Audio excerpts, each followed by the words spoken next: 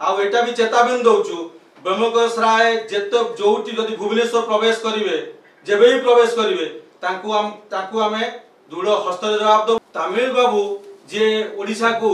नवीन बाबू को गोटे घरे बंद करी जो शासन करचोंदी ओडिशार युवक मानकु धमकेइबा बाड़ेइबा एटा खाली गोटे ओडिया युवक ऊपर माड़ हेनी एटा ओडिशा रे थिबा प्रत्येक युवक ऊपर माड़ हेछि।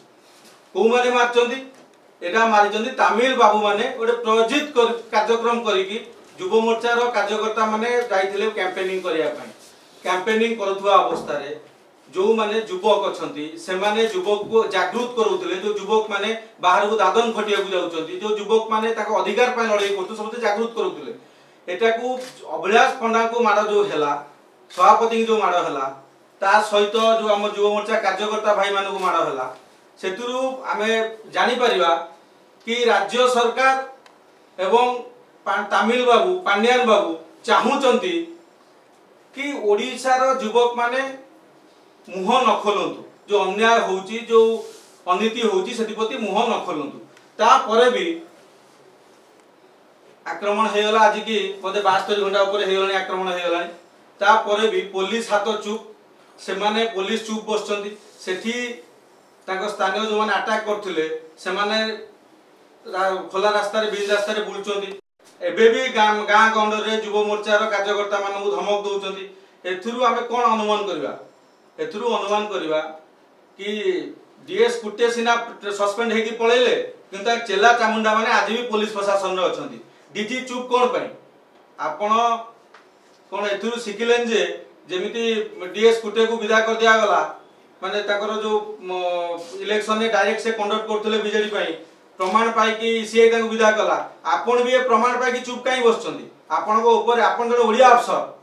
आपण ओडिसा रक्त आपण देहरे बोउची ता परे भी आपण तमिल को एते काई कि सपोर्ट करचंदी तमिल शासन को आ ए सरकार अल्प दिन रहइबो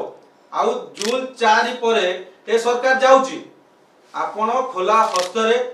जो माने अटैक करचंदी हम जा देइचू विजुअल भी अछि से मानकु आपण अरेस्ट करंतु जदी आपण अरेस्ट न करिवे आगामी दिन में जो आईन श्रृंखला परिस्थिति सृष्टि होबो से पय आपण दायी रहिबे। आमे गत 24 घंटा समय देलु आज हेला काली दिन 11टा सुधा जदी आपण से क्रिमिनल मानकु अरेस्ट न करंती आमे डीजी ऑफिस घेराव करिवु डीजी ऑफिस आगे धारणा देबु एवं जो आईन श्रृंखला परिस्थिति सृष्टि होबो ता पय डीजी ही दायी रहिबे। आ एटा भी चेतावनी दउछु ब्रह्मकोश राय जेतो जोटी जदी भुवनेश्वर प्रवेश करिवे जेबे ही प्रवेश करिवे तांकु आमे दृढ़ हस्त जवाब दबु आम सभापति ऊपर अटैक हेछि आमे तांकु अंडा रे धोई दबु सेटा भी आपण मीडिया सामने कहि रखुछु सी जने पेशादार अपराधी धल सामंत तांको संपर्क थिला तांकर छात्र जीवन नु सबु बेले तांकर क्रिमिनल गंड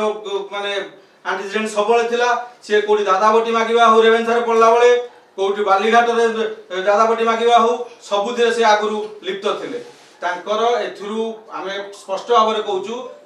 सरपंच मान को अरेस्ट करने सहित विधायक को इंट्रोगेशन करा जाऊ ताको पछरे कोन षडयंत्र थिला